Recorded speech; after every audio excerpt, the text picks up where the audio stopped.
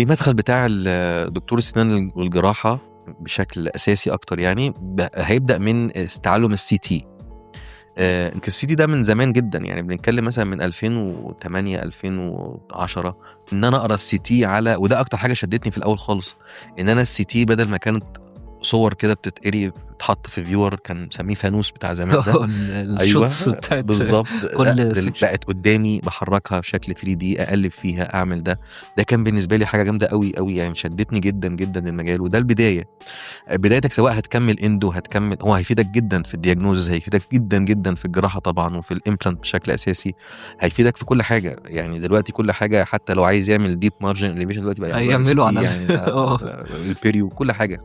فده مدخل اساسي.